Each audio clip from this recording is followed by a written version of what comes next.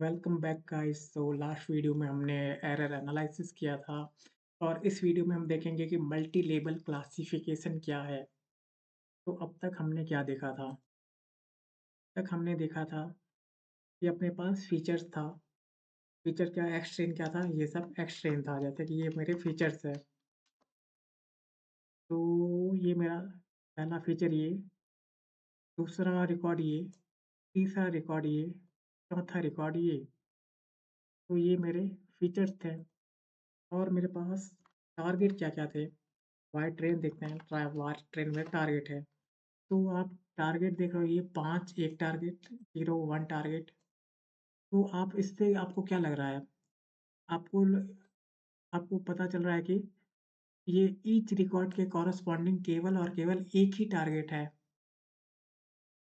ये 5 है, इसके कॉरेस्पॉन्डिंग 0 है। तो ईच रिकॉर्ड के कॉरेस्पॉन्डिंग केवल एक टारगेट है। लेकिन किसी-किसी केस में क्या होता है कि हमको ईच लेबल के कॉरेस्पॉन्डिंग में मोर देन एक टारगेट चाहिए होता है। जैसे कि आपने अपने सीसीटीवी कैमरा में इमेज रिकॉग्निशन का लगा रखा है, सिस्टम लगा रखा है। या आप आपके कैमरा में भी देख सकते हो, मोबाइल कैमरा में। तो जब आपका मोबाइल कैमरा होता है या सीसीटीवी कैमरा होता है, उसमें इमेज रिकॉग्निशन का लगा रखा है, तो आप उसको एक इमेज देते हो, तो वो क्लासिफ़ाई कर देता है कि कौन-कौन क्या-क्या फेसेस हैं। वो कई सारे लेबल दे सकता है एक बार में। आपका जो मोबाइल कैमरा होता है, उसमें इमेज आपके फेस के चारों ओर स्क्वायर आ जाता है। अगर 2 लोग देख रहे होते हैं आपके कैमरे की तरफ, तो 2 फेसेस पे स्क्वायर आ जाता है। मतलब वो फेसेस को एक साथ कई सारे टारगेट दे देता है। मतलब इसमें एक साथ बहुत सारे एक रिकॉर्ड के लिए उसके कॉरेस्पॉन्डिंग बहुत सारे टारगेट हो सकते हैं, मल्टीपल टारगेट हो सकते हैं। तो ऐसे ऐसे क्लासिफ़िकेशन को क्या बोलते हैं? मल्टी लेबल क्लासिफ़िकेशन बोलते हैं। मल्टी लेबल कब बोलेंगे? इसको एक एग्ज़ाम्पल के से मैं समझाता हूँ। जब ईच ईच फ़ीचर के कॉरेस्पॉन्डिंग में multiple binary multiple binary targets हो। मतलब मल्टीपल बाइनरी टारगेट मतलब जैसे कि अपना फ़ीचर है। फ़ीचर में मेरे ऐज है और मैं मेरे इंटरेस्ट भी है उसमें, इंटरेस्ट। और क्या है? Domain domain. तो इन फीचर्स के लिए मेरा टारगेट क्या-क्या है? हो सकता है कि अ, इसका जेंडर इसका टारगेट हो, कि जेंडर को गेस करो कि इसका जेंडर क्या हो सकता है? और हो सकता है ही इज़ स्मोकर और not.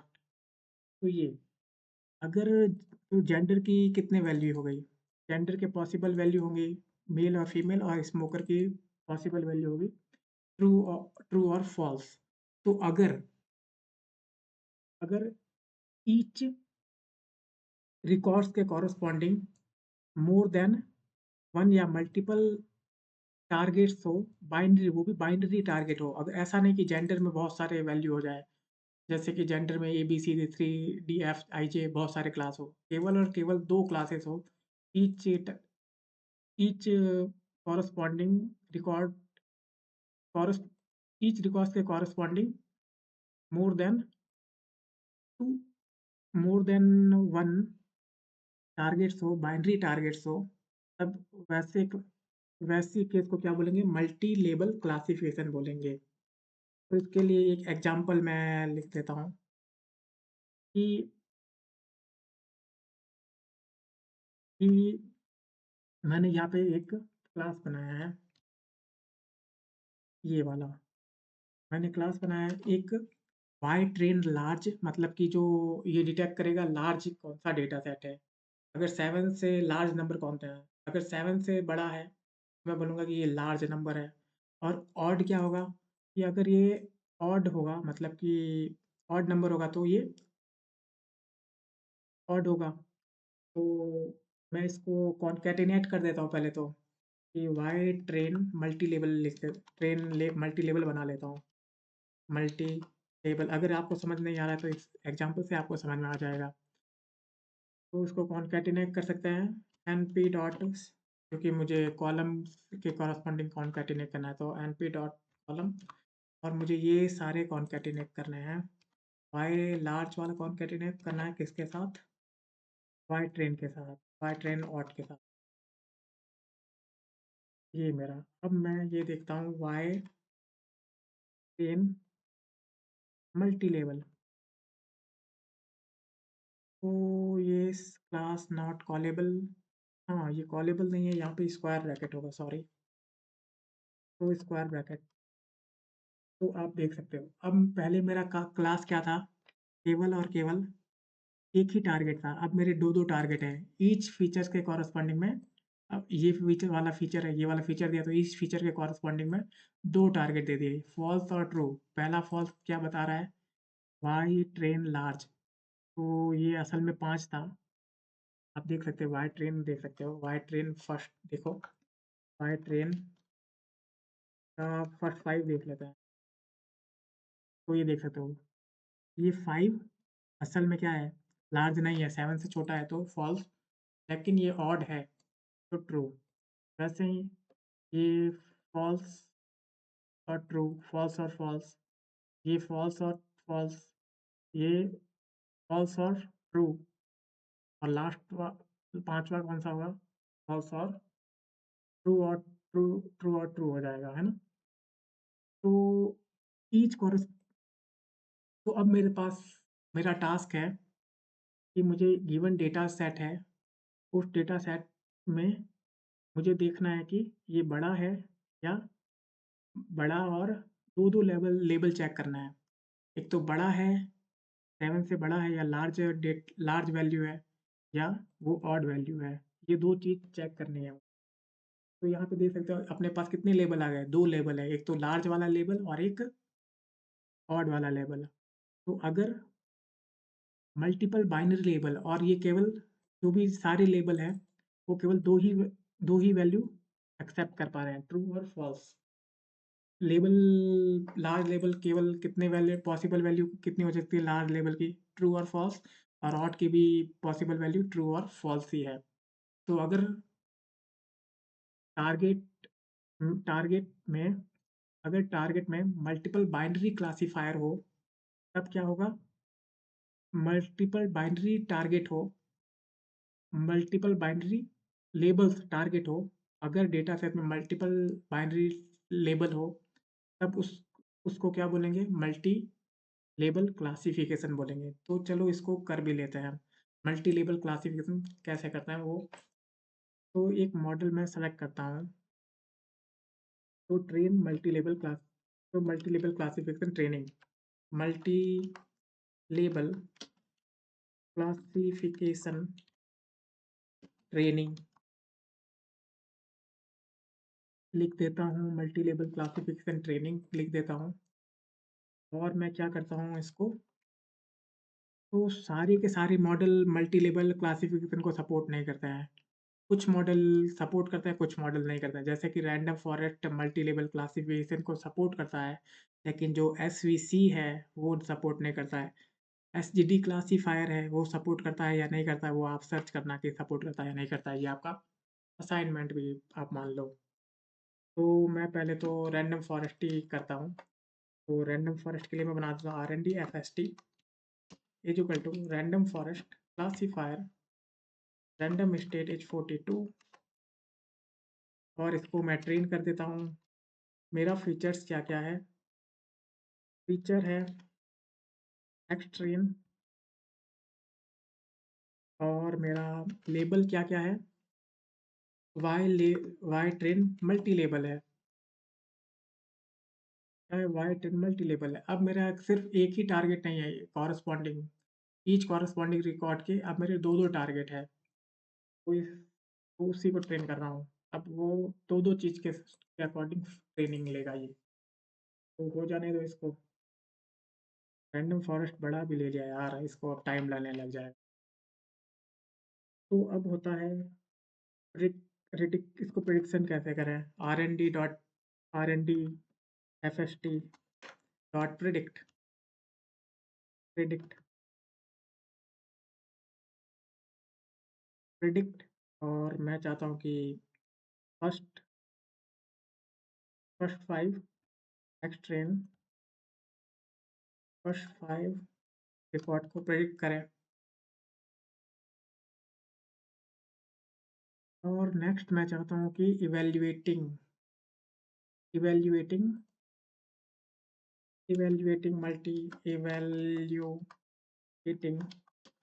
Multi label multi label classification evaluate कैसे कर सकते हैं? पहले तो ये यहाँ पे हो गया, ट्रेन हो गया। अब पहले इसके बारे में बात करें। तो इसने कुछ वैल्यूज़ दे दी है, तो फर्स्ट फॉल्स ट्रू दिया है, करेक्ट दिया है मेरे हिसाब से, फॉल्स ट्रू सही था, फॉल्स फॉल्स फॉल्स फॉल्स ये भी सही और बाकी तो हम नहीं देखेंगे।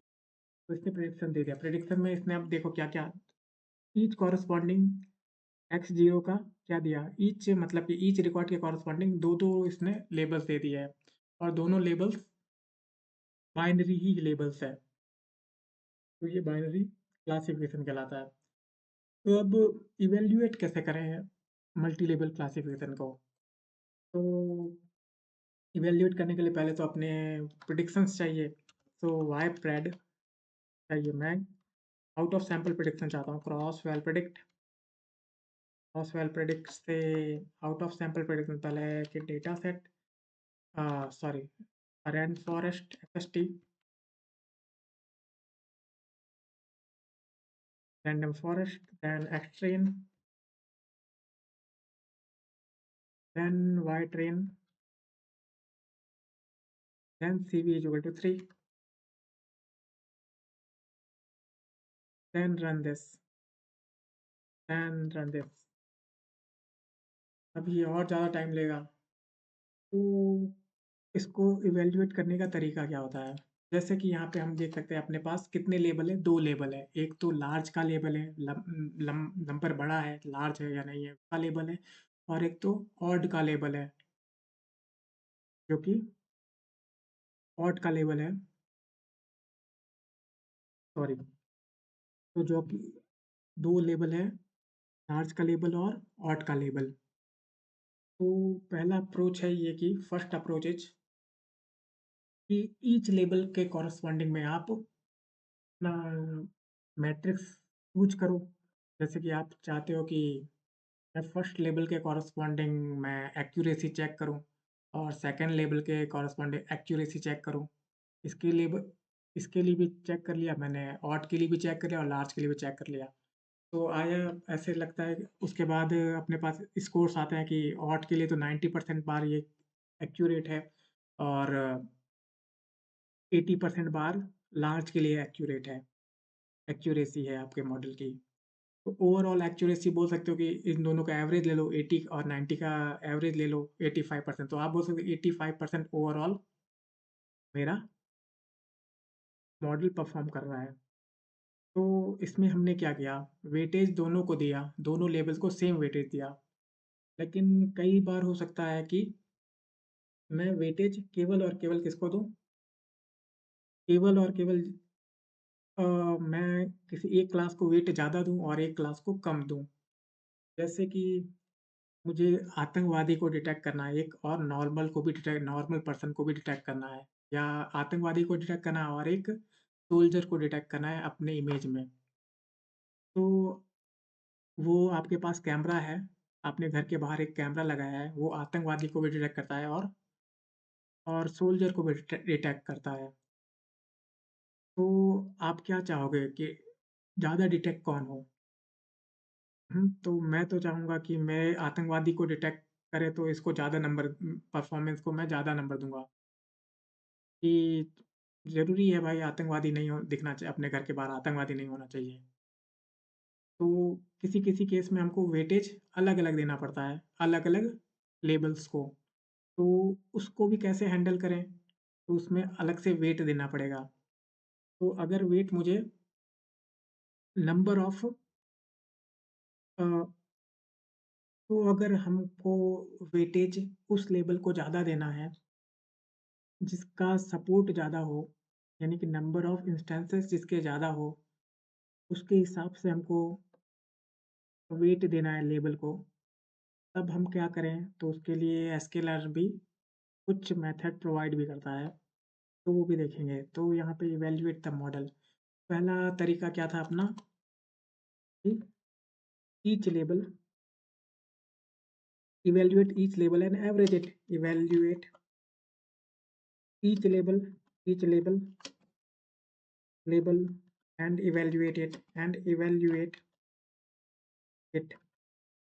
तो यहाँ पे मैं क्या एक्यूरेसी इवैल्यूएट करूँगा, स्कोरिंग एक्यूरेसी होनी चाहिए क्या? तो मैं लार्ज तो कम बार है 7, 8, 9, 7 है, 8 है और 9 है, तो कम बार है, तो यहाँ पे अपना डेटा सेट स्क्यूड है, तो मैं एक्यूरेसी अपना नहीं देखूँगा, मैं एक्यूरेसी नहीं देखूँगा। यहाँ पे मैं क्या देखूँगा, F1 स्कोर देख लेता हूँ। तो F1 स्कोर कहाँ से इंपोर्ट करेंगे? तो पहले मैं F1 स्कोर को इंपोर्ट करता हूँ। तो फ्रॉम sklearn एक्यूरेसी मैं यूज़ नहीं कर रहा। sklearn dot matrix import F1 score, F1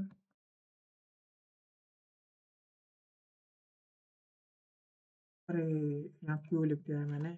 import F1 score, तो मैं अब F1 स्कोर सारे के सारे लेबल ईच लेबल का देखूँगा और उसका एवरेज निकाल लेता हूँ। तो F1 स्कोर कैसे कर सकते हैं? F1 स्कोर निकालने के लिए पहले तो अपन को y ट्रू देना पड़ेगा, y ट्रेन मल्टी लेबल, फिर मैं y प्रेड मल्टी लेबल लिख दो, या y प्रेड ही है यहाँ पे मेरा, y प्रेड, और यहाँ पे आप एवरेज में क्या दे दो? मैक्रो दे दो। तो मैक्रो क्या करेगा कि सबको सारे लेबल्स को सेम वेटेज दे देगा और आपको ओवरऑल F1 स्कोर दे देगा। तो F1 स्कोर यहाँ चेक करें। तो यहाँ पे ये क्या बोल रहा है? A classification matrix can't handle a mix of multi-level indicator and multi-class target. तो ये क्या प्रॉब्लम है? तो यहाँ पे मैंने बहुत बड़ी गड़बड़ कर दी। यहाँ वाई ट्रेन मल्टी लेवल डालना था मुझे, पर अपने क्रॉस वेल प्रिडिक्ट में मल्टी लेवल डालना था, तो वापस वाई प्रिडिक्ट करना यार, तो ये तो वापस टाइम लेने लग जाएगा। अब आपको इसका स्कोर देखोगे तो कुछ ना कुछ ये स्कोर रिटर्न कर देगा, है ना? कुछ ना कुछ स्कोर रिटर्न कर देगा। लेकिन अगर आपको चाहिए कि मैं वेटेज अपने नंबर ऑफ इंस्टेंसेस, मतलब कि यहाँ नंबर ऑफ सपोर्ट के हिसाब से दूँ, तब क्या करना है? नंबर ऑफ सपोर्ट मतलब कि जैसे कि यहाँ पे आप देख सकते हैं लार्ज कम बार आ रहा है अपने डेटा सेट में, जो लार्ज है, ये जो लार्ज लेवल है वो बहुत कम बार है। तो मैं चाहता हूँ कि इसको कम वेटेज मिले क्योंकि ये कम बार है, और ऑड को ज़्यादा वेटेज मिले क्योंकि ये ज़्यादा बार है। अब ये कैसे कर सकता हूँ? ये एसक्यूएल में भी दिया हुआ है। वैसे तो आप मैन्युअली भी दे सकते हो, कोई फ़ंक्शन बना सकते हो, उसके हिसाब से दे सकते हो वेटेज। लेकिन मैन्युअली अगर ऐसे करना है, तो कैसे करोगे? तो यहाँ पे बस एवरेज की जगह, एवरेज जैसे यहाँ पे क्या है? मैक्रो है, तो मैक्रो की जगह आप वेटेड पास कर दो, वेटेड। और मैं इसको एग्ज़ीक्यूट कर लेता हूँ, यहाँ पे मैं ये हटा देता हूँ, है ना? और वापस वापस, तो ये कुछ ना कुछ स्कोर्स दे देंगे। अब यहाँ पे एक और प्रॉब्लम आती है, वो जब तक निकालने दो इसको स्कोर। यहाँ पे एक और प्रॉब्लम आती है, एक और प्रॉब्लम है। If we want if we want to use strict binary classifier, मतलब कि जो मल्टी लेवल क्लासिफिकेशन सपोर्ट नहीं करते हैं, जैसे कि एसवीसी है, जो classifier which does not support multi level classification, उसको मैं मल्टी लेवल क्लासिफिकेशन उससे करवाना चाहता हूँ। अब क्या करूँ? तो यहाँ पे ये 96% और ये 96% आ चुका है F1 स्कोर। आ चुका है। तो बढ़िया है यहाँ पे। तो अब तीसरी प्रॉब्लम ये है कि if we want to use non multi-label classifier, multi-label multi-label मतलब कि जो मल्टी-लेबल क्लासिफिकेशन को सपोर्ट नहीं करते हैं, जैसे कि एसवीसी है, उसको मैं मल्टी-लेबल क्लासिफिकेशन करवाना चाहता हूँ, तो वो कैसे कराऊँगा? तो ये सब आप लिख देना, मैं टॉपिक पूरा नहीं लिख रहा हूँ। टॉपिक मतलब कि हेडिंग नहीं डाल रहा हूँ यहाँ पे। एसवीसी फॉर यूजिंग एसवीसी, यहाँ पे एसवीसी नहीं, एसवीसी एक एग्जांपल है। वैसे वैसे मॉडल यूज़ करना चाहता हूँ, जो कि मल्टी लेवल क्लासिफिकेशन नहीं सपोर्ट नहीं करते हैं। तो उससे मैं मल्टी लेवल क्लासिफिकेशन कराऊँ तो कैसे करा सकता हूँ? और मल्टी लेवल क्लासिफिकेशन यहाँ पे ऐसे लिख देना, मल्टी लेवल क्लासिफिकेशन आप लिख देना, टाइम वेस्ट क्या करना है। तो फॉर मल्टी लेवल क्लासिफिकेशन यहाँ पे लिख देना। तो इसमें क्या अप्रोच हो सकती है? जैसे कि मैं यहाँ पे क्या कर सकता हूँ कि जैसे कि अपने टूल यहाँ पे 2 लेबल्स हैं। एक तो लार्ज वाला लेबल था, एक तो ऑड वाला लेबल था। तो मैं एसवीसी को क्या कर सकता हूँ, अलग-अलग एसवीसी बनाऊँ। एक एसवीसी को मैं इस लेबल के कॉरेस्पॉन्डिंग ट्रेन कर दूँ, पहले वाला लार्ज वाले लेबल के कॉरेस्पॉन्डिंग ट्रेन कर दूँ और दूसरे को क्या करूँ, ऑड वाले लेबल के कॉरेस्पॉन्डिंग ट्रेन कर दूँ। और लास्ट में जो भी दोनों लेबल के प्रेडिक्शन हैं, उनको मैं जोड़ लूँ। जैसे कि मैंने यहाँ पे इसको जोड़ा था इधर, ये वाई ट्रेन मल्टी लेवल को कॉन्कैटिनेट कर दिया था, वाई ट्रेन लार्ज और Y train odd. Y pred large और वाई प्रेड ऑड भी तो आ जाएगा एसवीसी के लिए। तो उसको कॉन्कैटिनेट कर दूँ तो अपने पास आ जाएगा। लेकिन यहाँ पे एक प्रॉब्लम है। क्या प्रॉब्लम है? हो सकता है कि इंटरकनेक्शन रिलेशनशिप हो, टारगेट के इंटरकनेक्शन रिलेशनशिप हो, टारगेट आपस में टारगेट का भी इंटरकनेक्शन रिलेशनशिप भी तो हो सकता है। मैं सही बोल रहा हूँ? हो सकता है कि फॉल्स का इफ़ेक्ट इस पे आ रहा हो, इस लेबल का इफ़ेक्ट इस पे हो थोड़ा बहुत। तो अगर मैं अलग-अलग ट्रेन करूँगा, तो अपना मॉडल लर्न कैसे करेगा कि इसके बीच में रिलेशनशिप है या नहीं है? तो इसके लिए क्या करें हम?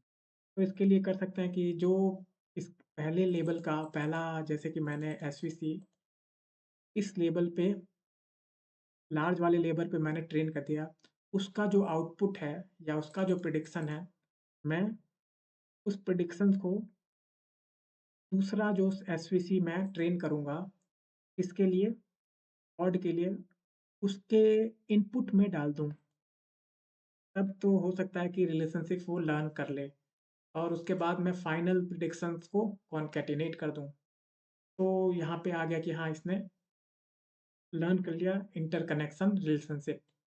लेकिन इतना ये थोड़ा लेंथी प्रोसेस हो जाएगा, तो इसके लिए अ, एसकेलर्न ने एक क्लास प्रोवाइड कर रखा है। कौन सा class? From sklearn dot multi output import में से क्या इम्पोर्ट करो आप? Classifier chain, classifier chain output. वो वही सेम चीज़ करेगा जो मैंने पहले बताया कि वो पहले ट्रेन करेगा पहले लेबल पे, उसके बाद उसका आउटपुट दूसरे लेवल के इनपुट में डाल देगा और वापस ट्रेन करेगा, उसका आउटपुट आएगा और दोनों को कॉन्कैटिनेट कर देगा। तो इसको यूज़ कैसे करें? तो यूज़ कर लेते हैं पहले। तो मैं बना लेता हूँ SVC SVC for multi level ML बन देता हूँ। For multi level is equal to class classifier chain और इसमें एसवीसी डाल देता हूँ। एसवीसी मैंने इंपोर्ट किया है क्या? हाँ, कर रखा है। एसवीसी डाल देता हूँ, ये मुझे मॉडल यूज़ करना है ना? एसवीसी इसमें पैरेंथेसिस ज़रूरी है। एसवीसी केवल एसवीसी क्या है? केवल एसवीसी सिर्फ़ एक क्लास है और एसवीसी और पैरेंथेसिस क्या है? उस क्लास का मैंने ऑब्जेक्ट बनाया, तो ऑब्जेक्ट बनाना ज़रूरी है। बिना पैरेंथेसिस वो काम नहीं करेगा। तो एसवीसी और क्या, और यहाँ रैंडम स्टेट भी डाल दो। रैंडम स्टेट 42 और यहाँ पे आप CV हाइपर पैरामीटर को भी सेट कर सकते हो। अगर आपको आउट ऑफ सैंपल प्रेडिक्शंस पहले वाले ट्रेंड लेवल के प्रेडिक्शंस दूसरे वाले के इनपुट में डालने हैं और वो आउट ऑफ सैंपल प्रेडिक्शंस हो, तब CV हाइपर पैरामीटर को आप यूज कर सकते हो। तो यहाँ मैं CV3 हाइपर पैरामीटर यूज कर लेता हूँ। अब ये क्या ये किसके लिए एबल होगा? ये क्लासिफायर एबल होगा अब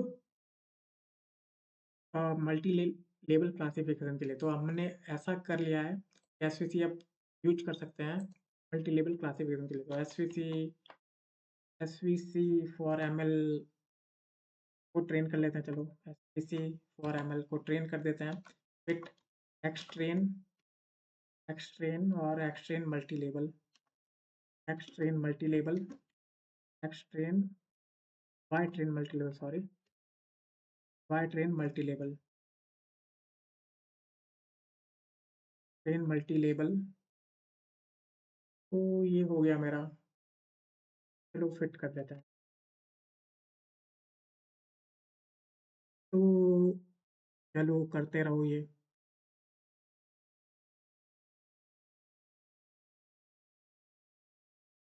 तब तक हम इसको भी वैल्यूएट करते हैं। वो F1 स्कोर से एवेल्यूएट कर लेते हैं।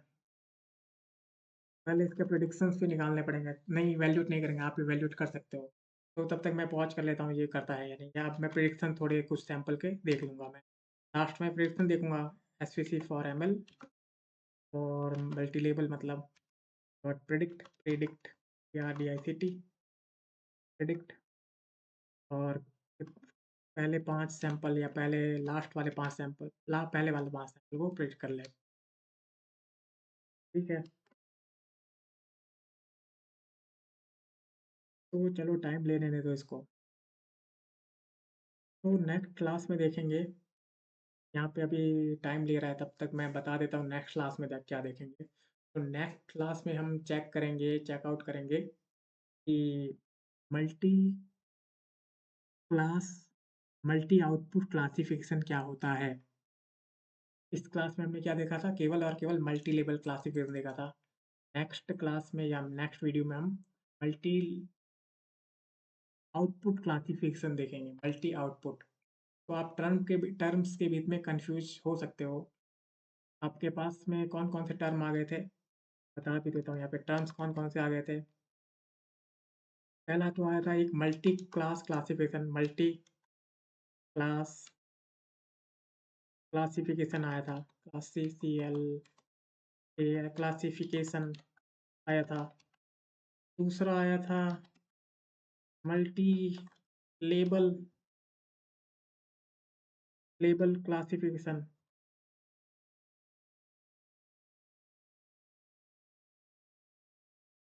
मल्टी लेबल तीसरा क्या आया था?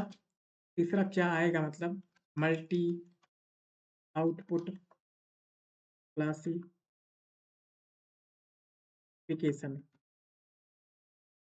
तो मल्टी आउटपुट पुट क्लासिफिकेशन है ना, ये टर्म्स है। और एक और टर्म आया था कि जीरवा, इसको टर्म का नाम दे देता हूँ बाइनरी क्लासिफिकेशन, बिनारी क्लासिफिकेशन। तो ये टर्म्स है, इसको रो एन बी में कन्वर्ट भी कर देता हूँ। तो थोड़ा बहुत आइडिया बता भी देता हूँ कि मल्टी क्लास क्लासिफिकेशन है क्या। तो मल्टी क्लास क्लासिफिकेशन जैसे कि इसमें देखा था मल्टी लेबल क्लासिफिकेशन में, यहाँ पे मल्टीपल लेबल थे जो कि बाइनरी लेबल थे। लेकिन मल्टी आउटपुट क्लासिफिकेशन में क्या होगा? मल्टी आउटपुट क्लासिफिकेशन में ये ज़रूरी नहीं है कि मैं बाइनरी लेबल ही हो, ये कुछ भी हो सकता है। में नंबर ऑफ पॉसिबल क्लासेस बहुत सारे हो सकते हैं, जैसे कि ABCD 4 क्लास पहले लेवल के, ABCDE 5 क्लास दूसरे लेवल के। तो उसे मल्टी आउटपुट क्लासिफिकेशन बोलते हैं। और मल्टी आउटपुट क्लासिफिकेशन केवल लिमिटेड कैटेगरीज के रिकर मल्टी आउटपुट क्लासिफिकेशन केवल कैटेगरी या क्लासिफिकेशन से से रिले से लिमिटेड नहीं है। हो सकता है कि ये टारगेट को भी प्रिडिक्ट एक लेबल टारगेट के लिए हो और एक टेबल वैल्यू के लिए हो। जैसे कि अपना कोई फीचर हो, बहुत सारे फीचर हो और हमको प्रिडिक्ट करना है कि उसका जेंडर क्या है और उसकी सैलरी क्या है। तो यहाँ पे एक टास्क क्या हो गया, क्लासिफिकेशन का हो गया और एक टास्क रिग्रेशन का हो गया। तो वो भी मल्टी आउटपुट क्लासिफिकेशन में ही आए। तो मल्टी आउटपुट क्लासिफिकेशन वो वास्ट है। ये केवल क्लासिफिकेशन तक लिमिटेड नहीं है। क्लासिफिकेशन नाम तो है लेकिन लिमिटेड क्लासिफिकेशन तक नहीं है। तो ये अब तक अपना ट्रेन नहीं हुआ क्योंकि यहाँ CV इज इक्वल टू 3 भी कर रखा है। करना नहीं चाहिए था ये मिलेगा। क्रॉस वैलिडेशन भी करता है ये, 3-3 बार करता है। तो करने दो यार, क्या है मैं तब तक पॉज़ तो कर ही सकता हूँ। तो पॉज़ कर देता हूँ। तो ये बहुत टाइम ले रहा है। मैं इसको क्या करता हूँ, किल करता हूँ मैं कर्नल को किल करता हूँ। तो ये किल हो जाएगा अपने, टाइम लेगा। और मैं इसको केवल और केवल 1000 1000 सैंपल पे ही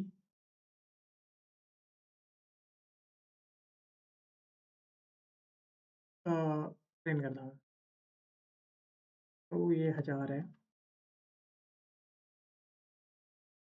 तो इसको एग्जीक्यूट करो, चलो। अब ये टाइम कम लेगा।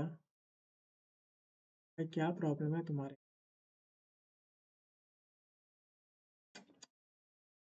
तो मैं क्या हटा ही दूँ क्या?